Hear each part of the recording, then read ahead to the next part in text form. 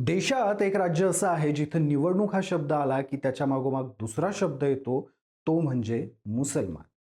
येनकेन प्रकारे प्रत्येक निवडणुकीमध्ये या राज्यात एम फॅक्टर हा प्रत्येक पक्षासाठी महत्वाचा ठरला. इतर राज्यांच्या तुलनेत या राज्यात हा फॅक्टर सर्वाधिक प्रभावी ठरतो. त्याचं कारण आहे ते म्हणजे या राज्यात असणारी मुस्लिम लोकसंख्या. होय, मी बोलतोय ते पश्चिम बंगालबद्दल. बंगालमध्ये आता विधानसभेच्या निवडणुकांची रणधुमाळी सुरू आहे. याच पार्श्वभूमीवर बंगालमध्ये स्वतःला मुस्लिम चेहरा म्हणून प्रमोट करणारे हुमायूं कबीर यांचा एक व्हिडिओ तृणमूलनं समोर आणला. यात ते भाजप सोबत मिळून मुस्लिम मते भाजपकडे वळवण्यासाठी कोट्यावधी रुपये मिळण्याबाबत बोलत आहेत. त्यांचा हा व्हिडिओ लीक झाल्यावर त्यांच्यासोबत विधानसभा एकत्र लढवणाऱ्या एमआयएमनं जनता उन्नयन पार्टी आणि हुमायूं सोबत फारकत घेतली आहे. या फारकतीचाच बंगालच्या विधानसभा निवडणुकीवर काय प्रभाव राहील हे समजून घेणार आहोत या व्हिडिओच्या माध्यमातून. नमस्कार, मी शशी आणि तुम्ही पाहताय कट टू कट. एमआयएम आणि जनता उन्नयन पार्टी यांच्या फारकतीचा पश्चिम बंगालच्या निवडणुकीवर काय प्रभाव राहील हे समजून घेण्यासाठी अगोदर आपल्याला धार्मिक अनुषंगानं लोकसंख्याशास्त्रीय अंकगणित समजून घ्यावं लागेल. 2011च्या जनगणनेनुसार पश्चिम बंगालच्या लोकसंख्येत मुस्लिमांचं प्रमाण हे जवळपास 27% होतं. ही सरकारी आकडेवारी आहे. मात्र भारतीय जनता पक्षाचा याबाबत असा दावा आहे की मधल्या दशकात तृणमूलमुळे बांगलादेशातून झालेल्या अवैध स्थलांतरानं हा आकडा 30%वर किंवा त्याही पेक्षा जास्त वाढलेला असू शकतो. मालदा, मुर्शिदाबाद आणि उत्तर दिनाजपूर या 3 जिल्ह्यांमध्ये मुस्लिम बहुल लोकसंख्या ही 50% किंवा त्याहून अधिक आहे. तर आणखीन 2 जिल्हे म्हणजेच दक्षिण 24 परगणा आणि बीरभूम इथं हे प्रमाण 35%च्या वर आहे. या भागांमध्ये विधानसभेच्या 89 जागा आहेत जिथं मुस्लिम लोकसंख्या ही 30%पेक्षा जास्त आहे आणि 112 जागा या राज्यात अशा आहेत जिथं मुस्लिम लोकसंख्या 25%पेक्षा जास्त आहे.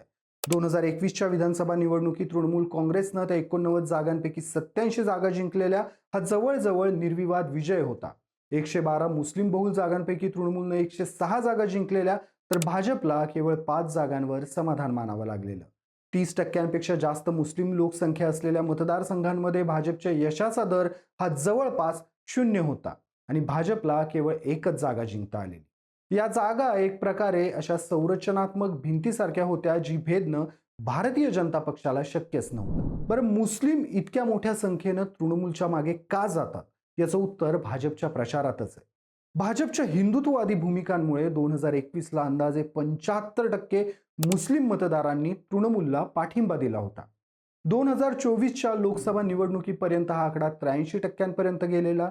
यात महत्वाचा वाटा होता तो म्हणजे भाजपनं आणलेल्या नागरिकत्व सुधारणा कायद्याबद्दलची चिंता, राष्ट्रीय नागरिक नोंदणी म्हणजेच NRC वरील वाद आणि राजकीय असुरक्षिततेसोबतच SRA विरुद्धच्या व्यापक भावनेमुळे मुस्लिम मतदार हा ममता बॅनर्जींच्या जवळ गेला. त्यामुळे स्थानिक राजकारणात ममता बॅनर्जी यांची ताकद वाढली आणि त्या थेट भाजपला नडल्या.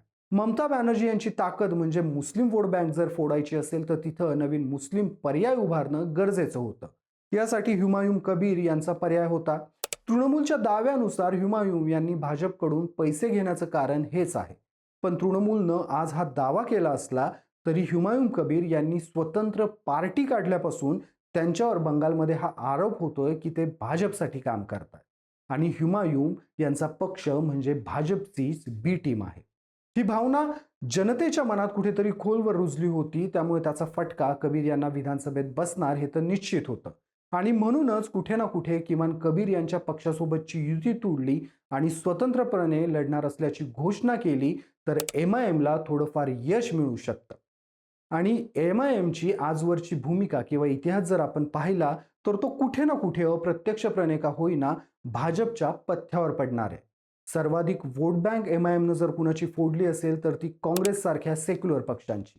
त्यामुळे काँग्रेसच्या जागा या कमी झाल्या. भाजपच्या वाढत्या प्रभावामुळे पश्चिम बंगालमध्ये कुठे ना कुठे हाच कित्ता पुन्हा एकदा गिरवण्याचा प्रयत्न MIMच्या माध्यमातून केला गेला. कदाचित भाजप MIMच्या माध्यमातून 2025च्या बिहार विधानसभा निवडणुकीत खेळलेली खेळी पुन्हा एकदा खेळतोय अशी शंका या निमित्तानं उपस्थित होते. 2025च्या बिहार विधानसभा निवडणुकीच्या वेळी MIM पक्षानं सीमांचल भागात मोठी मुसंडी मारलेली. त्यांनी या भागात 5 आमदार निवडून आणले होते.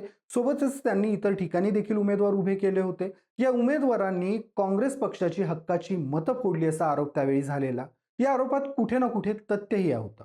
MIMच्या बिहारमधील राजकारणातील प्रवेशामुळे काँग्रेस आणि RJDच्या मतांची टक्केवारी घटली होती. पण यातही एक मोठा प्रश्न किंवा शंका आहे. बिहार आणि पश्चिम बंगाल हे पूर्णतः वेगळं आहे. मी यापूर्वी पण म्हटलेलं आहे की राजकारण समजून घ्यायचं असेल तर तुम्हाला जिओ पॉलिटिक्स हे धार्मिक अंगानं समजून घ्यावं लागतं. बिहारमध्ये मुस्लिम लोकसंख्या ही सीमांचल भागात एकवटलेली आहे, पण पश्चिम बंगालमध्ये तसं नाहीये. पश्चिम बंगालमध्ये मुस्लिम लोकसंख्या ही तुलनेनं जास्त असली आणि काही भागांमध्ये त्यांचं प्राबल्य असलं तरी ती मोठ्या प्रमाणात विखुरलेली देखील आहे.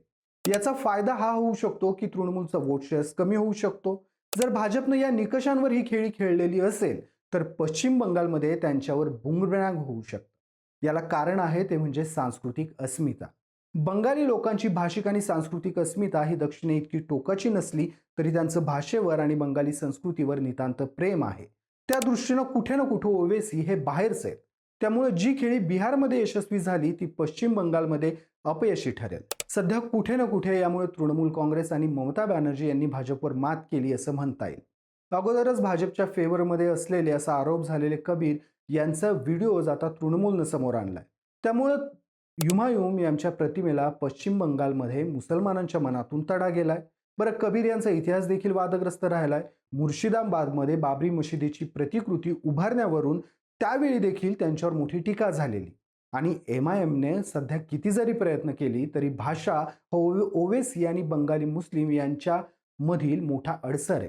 त्यामुळे तृणमूल सध्या तरी सेफ झोनमध्ये आणि भाजप पिछाडीवर. सध्या तृणमूल खासदार सयानी घोष ज्या हिंदू आहेत त्या प्रचारादरम्यान एका कार्यक्रमात माझ्या डोळ्यात काबा आणि हृदयात मदिना म्हणतानाचं गाणं प्रचंड व्हायरल होतं. BJPने यावर टीकास्त्रही सोडलंय. पण कुठं ना कुठं हा व्हिडिओ आणि हिंदू असलेल्या सयानी घोष यांच्या माध्यमातून तृणमूलनं भाजपला हा इशाराच दिलाय की आमची माती आणि माणसंही आमचीच. बंगाल हे बंगाली भाषिकांचंच राहील. या सगळ्या घटनांवरून मला सयानी घोष यांनी संसदेत केंद्र सरकारला उद्देशून म्हटलेल्या 2 ओळी आठवतात. ये शोहरत की बुलंदी भी पल भर का तमाशा है, जिस डाल पर बैठे है वो टूट भी सकती है.